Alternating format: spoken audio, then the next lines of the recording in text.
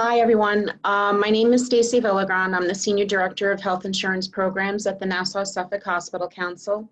Today, I'm going to talk about enrollment assistance in Medicaid for adults and children who are disabled or blind and anyone over the age of 65. But before I begin, I would like to thank Humswog Library for giving me the opportunity to speak with you today. Okay. Since 2000, Nassau-Suffolk Hospital Council has provided application enrollment assistance for Medicaid free of charge. Currently, we are providing assistance to adults and children who are disabled or blind and anyone over the age of 65 in partnership with Suffolk County Department of Social Services throughout Nassau and Suffolk counties. We're also providing assistance by phone now during the COVID pandemic. Application with your permission and send it to the local Department of Social Services for processing. Trained staff at the Nassau-Suffolk Hospital Council will assist in completing the Access New York application, household size, and monthly income. And they also help with the Supplemental A, which involves providing resource information and choosing the type of Medicaid you're looking to apply for, which I'm going to discuss shortly. Right now, there are minimal documentations required due to the COVID pandemic. But as always, process, inform them of any additional information needed by the local district, and we continue to track advocate to local departments of social services until a determination is made. Medicaid for the Age Blind and Disabled program is processed through the Department of Social Services as opposed to the online marketplace that some may already be familiar with. It is a paper application and it's also referred to as non-Magi Medicaid. The programs that fall under non-Magi Medicaid are Community Medicaid, which covers doctors, specialists, and prescriptions. Long-term care, which covers home care services and brief hospital stays. Chronic care, which covers nursing home or other permanent inpatient settings. The Medicaid Excess Income Program, which is also referred to as the Spend Down Program. Medicaid Buy-In for working people with disabilities, and Medicaid for adults and children in need of gross income is used for non-Magi Medicaid to determine eligibility up to 100% of the federal poverty level. Medical premiums are deducted from the income, such as Medicare Part B and Part D premiums and private insurance premiums. There is also a resource test. So for a household size of 1, the income level for 2020 is $875 per month with a resource level of $15,750. For a household size of 2, that income level increases to $1,284 per month and a resource level of $23,100. Community Medicaid covers outpatient primary care, specialty care, and hospital care. Inpatient psychiatric care and substance use disorder rehabilitation with a stay of 29 days or less is also covered under Community Medicaid, as well as prescription drug benefits. When it comes to the resource test, it only requires an attestation of current resources. No documents are needed.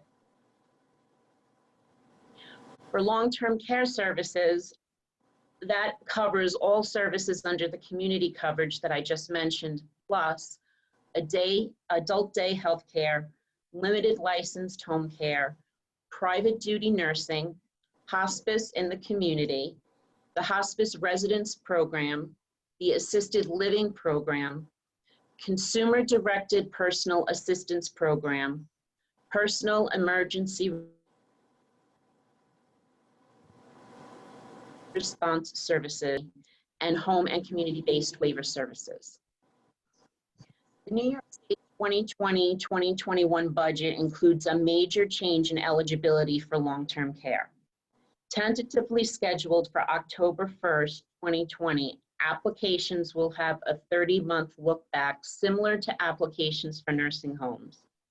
So if non-exempt transfers are made during that period, the applicant will be subject to a period of ineligibility, also referred to as the penalty period, based on the amount of the transfer. Now, even though the tentative start date is October 1st of this year, it does not appear that it will happen on that exact date. Due to the circumstances happening at this time, there will be a delay in its implementation, but expected to be implemented at some point during 2021. Chronic care coverage covers care in a long-term care facility, such as a nursing home. Medicaid applications for chronic care is completed once a person is placed in a medical facility and is expected the stay will be longer than 29 days. The resource test for this coverage is documentation of resources for the past 60 months, which equates to 5 years, also known as the 5-year look back. Medicaid buy-in for working people with disabilities is a program that allows people with disabilities who are working and earning more than the allowable income limits for regular Medicaid, which I previously mentioned to be 100% of the federal poverty level, to access Medicaid up to 250% of the federal poverty level. And this allows working people with disabilities to earn more income without the risk of losing their Medicaid coverage. So for a household size of 1, the income level for 2020 for this program is up to $63,492 a year. The resource level for 2020 for this program is $20,000 for a household of 1. For a household of 2, the income level can go up to $85,572 per year with a resource level of $30,000. The Medicaid Excess Income Program, this is when the amount of your income is over the Medicaid level. It's called excess income or the spend down amount. For this program, Medicaid is not active until an individual has satisfied its spend down amount. And there are ways to eliminate a spend down. The first is to provide proof of medical bills to the local district that meet or exceed the monthly spend down each month. The other is to pay the monthly spend down each month directly to the local district or provide proof of medical bills that do not meet the spend down and pay the difference. And the other is to set up a pooled income trust. A pooled income trust creates a separate account managed by a charitable care organization. The spend down amount is transferred to that separate account every month, and the individual directs charitable allowable expenses with funds in that account. There are requirements for eligibility in order to set up a pooled income trust. First, the individual must be disabled, which does include age-related conditions. Funds in the trust can only be used for allowable expenses. And when the Medicaid recipient passes, any remaining funds belong to the charitable care organization.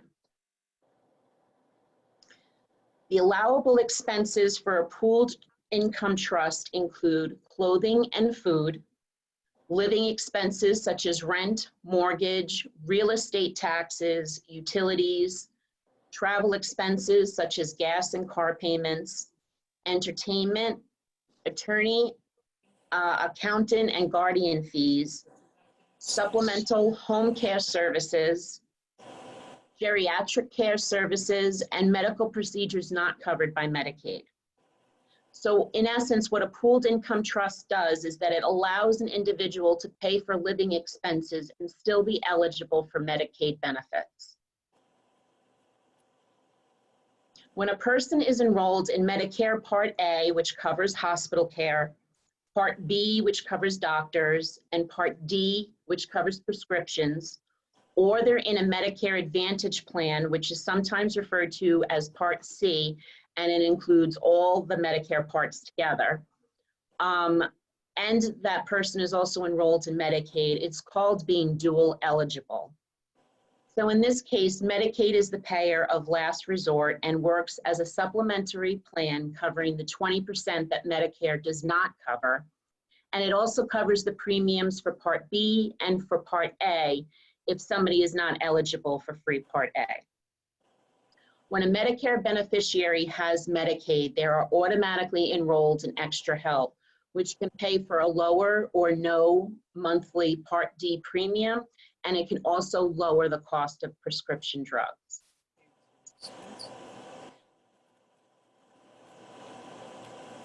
Now, I mentioned before the resource limits for Medicaid, but I just want to go over what those resources include. Those resources include checking and savings accounts, IRAs and 401ks, stocks and bonds, cash value of life insurance policies, and other real property such as a second home or a vacation property.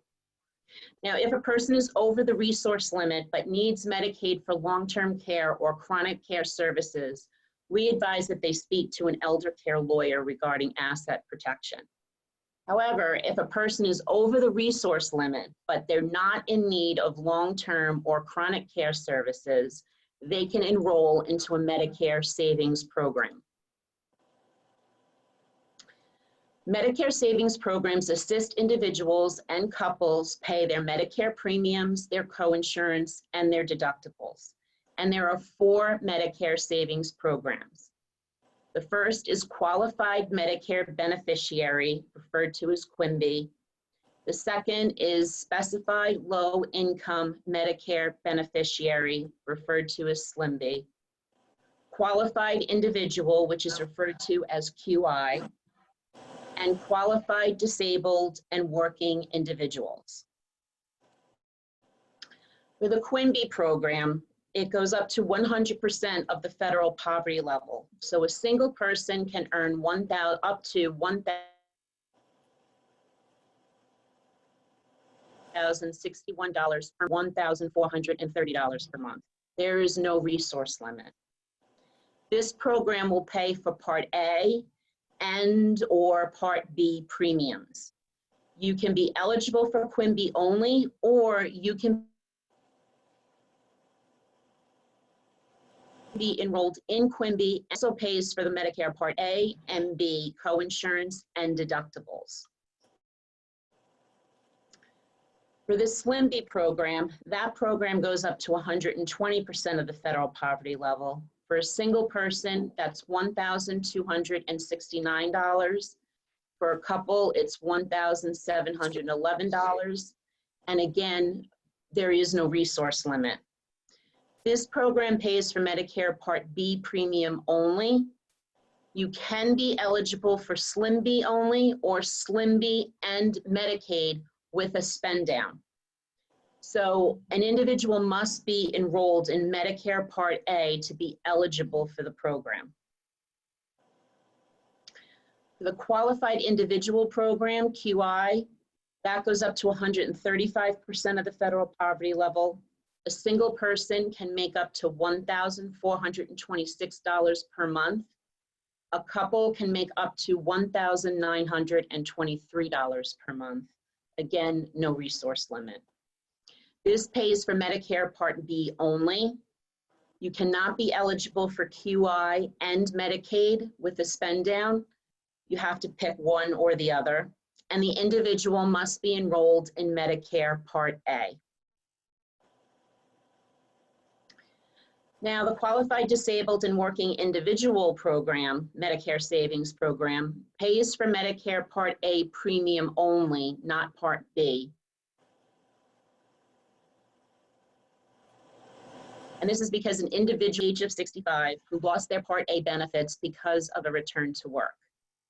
The income limits are 200% of the federal poverty level. For a single person, that is $2,102 per month. For a couple, that's $2,840 per month. And there is a resource limit. This is the only Medicare savings program that does $4,000. And for a couple, a resource limit of $6,000. But back to it being 200% of the federal poverty level, it does include earned income deductions. So for example, it does not include the first $65 of earned work income. And then after that, 1/2 of the earned income remaining after subtracting the $65 is also deducted from the gross monthly earned income. So even though we're saying 200% of the federal poverty level, you can see by the deductions that are allowed, someone can actually earn more than 200%. So it's always good to apply. The added benefits, there are added benefits for qualifying for an MSP. And that is if an individual missed the enrollment deadline for any part of Medicare, enrollment in an MSP waives that lifetime enrollment penalty and allows enrollment into Part B year-round rather than only during the annual enrollment. Getting any part of Medicare because they have lifetime penalties, they should be applying for an MSP application to see if they qualify, and also to be able to enroll in the rest of the parts of Medicare without having to pay those lifetime enrollment penalties. And if somebody is enrolled in extra help, they can qualify, if somebody is enrolled in an MSP, they can qualify for extra help for Part D to help with their prescriptions. Now, where to apply for non-MAGI Medicaid and MSP applications. Nassau-Suffolk Hospital Council has certified application enrollers that can help provide enrollment assistance in the Medicaid program. So during normal business hours, Monday through Friday, 9 a.m. to 5 p.m., please call 631-435-3000 and ask to be assigned to a Medicaid enroller who will call you to provide assistance by phone. After hours, please call 631-656-9783 and press option 2. Leave a message and someone will return your call the next business day. Thank you very much for listening to me today. If you have any additional questions or a specific case that you would like to discuss, please feel free to call 631-435-3000 and ask for Stacy Villagran, or you can email me at svillagr@nshc.org. Thank you very much. Jessica?